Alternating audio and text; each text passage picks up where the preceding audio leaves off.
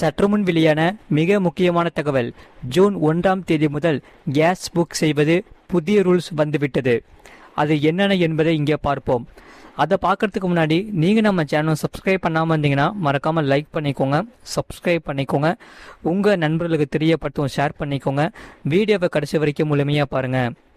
ஓஎம்சிகள் என்கிற எண்ணெய் சந்தைப்படுத்தல் நிறுவனங்கள், அதாவது ஆயில் மார்க்கெட்டிங் கம்பெனிஸ் ஆனது தொடர்ந்து பெரும் நஷ்டங்களை சந்தித்து வருவதால் எல்பிஜி விலைகள் உயரக்கூடும் என்ற அச்சம் அதிகரித்து வருகிறது. அந்த வகையில் மேலும் ஜூன் 1ஆம் தேதி முதல் எல்பிஜி எரிவாயு சிலிண்டர் முன்பதிவிலும் சில முக்கிய மாற்றங்கள் அமலுக்கு வரும் என்று எதிர்பார்க்கப்படுகிறார்கள். மறக்காம வீடியோக்கு லைக் பண்ணிட்டு சேனலை சப்ஸ்கிரைப் பண்ணிட்டு வீடியோவை முழுமையா பாருங்க. எல்பிஜி ரீஃபில் முடக்க காலம் மற்றும் இந்தியன் கேஸ், பாரத் கேஸ் மற்றும் ஹெச்பி கேஸ் கனெக்ஷன்களை ஒப்படைக்கும் செயல்முறை ஆகியவற்றில் எண்ணெய் சந்தைப்படுத்தல் நிறுவனங்கள் திருத்தங்களை செய்யலாம் என்கிற எதிர்பார்ப்புகளும் உள்ளது. இதனால் எல்பிஜி விலை உயர்வு என்று அனைவரும் சொல்கிறார்கள்.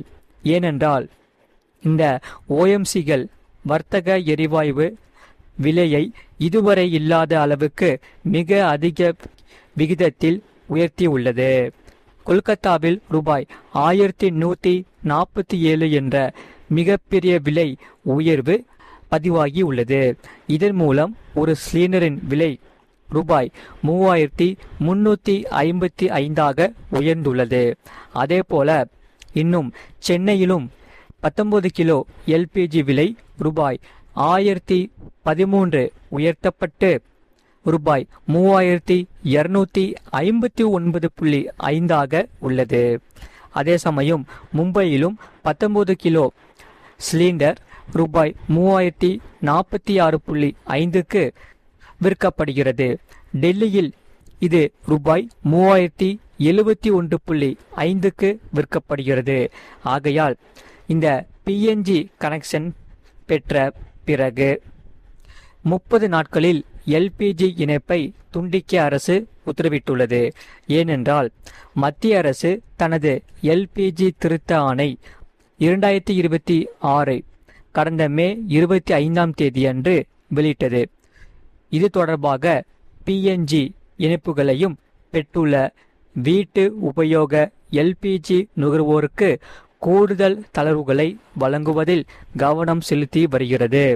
அந்த வகையில் இந்த அனைத்து சேவைகளும், அதாவது இந்த புதிய விதியின்படி ஒரு தனிநபர் எல்பிஜி இணைப்பை பெறும்போது அவர் தனது எல்பிஜி இணைப்புகளை துண்டிக்க 30 நாட்கள் காலக்கெடு வழங்கப்படும். ஏனென்றால் பிஎன்ஜி இணைப்பு பெற்ற பிறகு வாடிக்கையாளர்கள் தங்கள் எல்பிஜி இணைப்பை துண்டிக்க அறிவுறுத்தப்பட்டு உள்ளதால் அவர்கள் தங்கள் எல்பிஜி இணைப்பை மீண்டும் பெற அனுமதிக்கும் ஒரு விதிமுறையும் அறிவிக்கப்பட்டுள்ளது. ஆகையால் ஒரு வீட்டிற்கு ஒரு எரிவாயு இணைப்பு என்று சொல்லப்படுகிறார்கள். மறக்காம வீடியோக்கு லைக் பண்ணிட்டு பாருங்க. அதாவது எல்பிஜி எரிவாயுவின் அதிகரித்து வரும் தேவையை பூர்த்தி செய்ய அரசாங்கம் பல நடவடிக்கைகளை எடுத்துள்ளது. அந்த நடவடிக்கையில் ஒன்று, ஒரு வீட்டிற்கு ஒரு எரிவாயு இணைப்பு என்ற விதியை அது முன்னெடுத்து வருகிறது. மேலும் இதற்காக பிஎன்ஜி இணைப்புகளை ஊக்குவிக்கவும் எல்பிஜி மீதான சார்பை குறைக்கவும் இந்த பிஎன்ஜி வாடிக்கையாளர்கள் இதற்கு புதிய எல்பிஜி இணைப்புகளுக்கு விண்ணப்பிப்பதற்கு அரசாங்கம் தடை விதித்துள்ளது.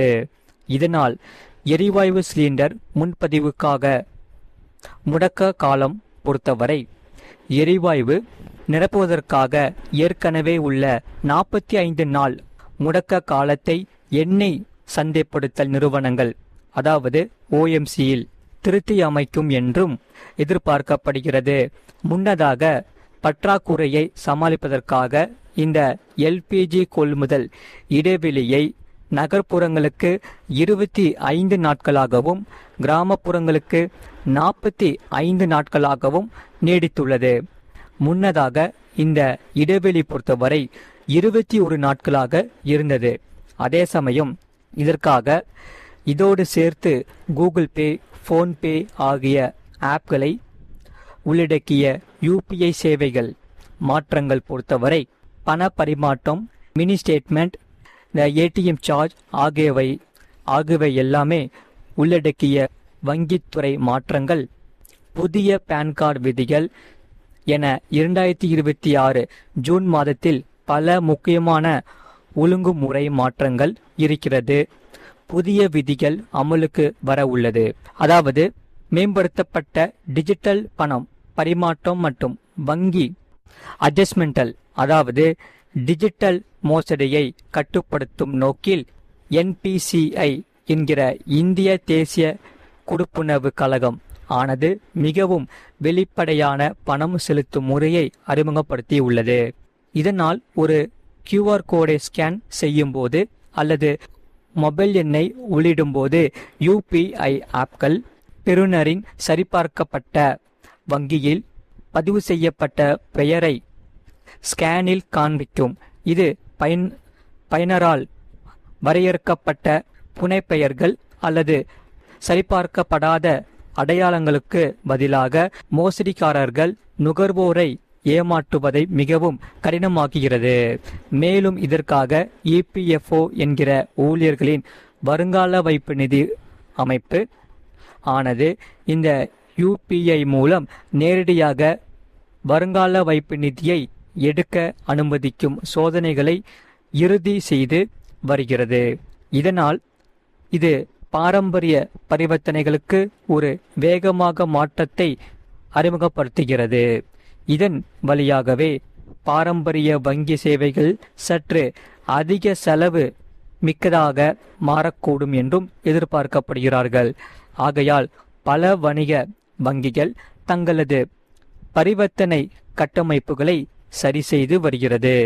இதன் பொருள் ஏடிஎம் என்கிற தானியங்கி பண இயந்திரங்களின் வழியாகவே பணம் எடுத்தல், மினி ஸ்டேட்மெண்ட் ரெக்வஸ்ட் மற்றும் பேலன்ஸ் என்கொயர் அதிக கட்டணங்கள் விதிக்கப்படலாம் என்று சொல்லப்படுகிறார்கள். ஆகையால் சரி, புதிய பான் கார்டு கட்டாயங்கள் என்னென்ன என்பதை இங்கே பார்ப்போம். மறக்காம லைக் பண்ணிட்டு பாருங்க. அதிக மதிப்புள்ள பரிவர்த்தனைகள் மற்றும் புதுப்பிக்கத்தக்க உள்கட்டமைப்புக்கான ஒழுங்குமுறை சூழலும் மாறி வருகிறது. புதுப்பிக்கப்பட்ட 2026 வரையறைகளின்படி ரூபாய் 50,000க்கு மேல் உள்ள சாதாரண தினசரி ரொக்க வைப்புகளுக்கு நிரந்தர கணக்கு எண் பேன் இனி கட்டாயமில்லை. சொத்து விற்பனைக்கு பேன் தேவைப்படும் வரம்பு 10 லட்சத்தில் இருந்து 20 லட்சமாக உயர்த்தப்பட்டுள்ளது. இருப்பினும் பெரிய பரிவர்த்தனைகள் மீது அரசாங்கம் கடுமையான நடவடிக்கைகளை எடுத்துள்ளது. ரூபாய் 45 லட்சத்திற்கு மேல் மதிப்பில் உள்ள சொத்து ஒப்பந்தங்கள், அன்பளிப்பு பத்திரங்கள் மற்றும் கூட்டு மேம்பாட்டு ஒப்பந்தங்களுக்கு இப்போது பேன் கட்டாயமாக்கப்பட்டுள்ளது.